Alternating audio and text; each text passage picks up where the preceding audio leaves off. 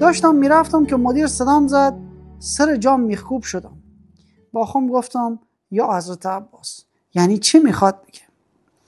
رفتم نزدیک، گفتم بله آقا. مدیر سیلام کرد و گفت 2 تا جوجه سوز درجه 1 سیم بیار. با شنیدن این حرفگو جوری خشکم زد که مدیر فهمید. گفت چتن؟ سیچه خشکت زده؟ برو دیگه. سرم زیر انداختم و فقط رفتم. حالا ما با این بدبختی چه کنم؟ بوام کمتراش بیشترمو میخواد. چجوری حرف کسی بوام بزنم؟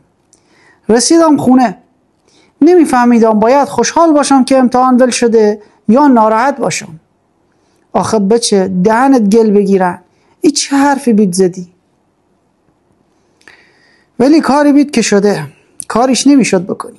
خیلی فکر کردم، هیچی به عقل ناقصم نرسید. اسباب کشی کردیم و رفتیم خونه دیگه.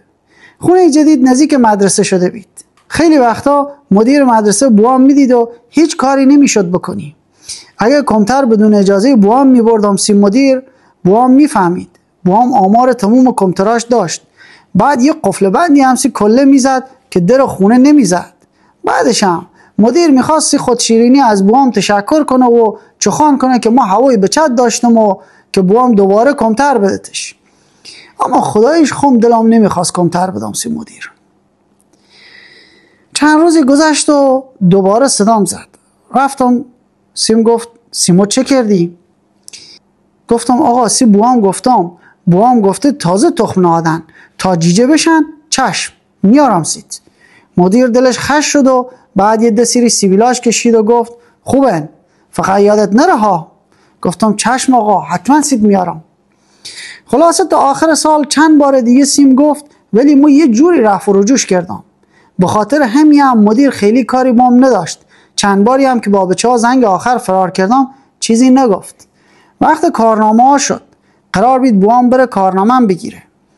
با خودم گفتم حالا چه کنم؟ اگه بوام بره مدرسه مدیر همه چیزیش میگه. خیلی فکر کردم که چه خاکی تو سرم کنم. رفتم پیش بوام. تو حیاط نشسته بود، داشت قلیون میکشید. کمتراش هم جلوش بیدن. هر چند دقیقه یه بار کمی گندم میرخت جلوش که بیان نزدیکش. یه دفعه گفت یواش بیو، هوا نرن. رفتم پیشش نشستم. گفتم بوا. سیلام کرد. گفت چه میخوای؟ گفتم خب هیچی، ولی مدیرمون مدتی میگه 2 تا سوز میخوام. بوام عصبانی شد و یه جوری سیلام کرد که رنگ تو صورتم نماند.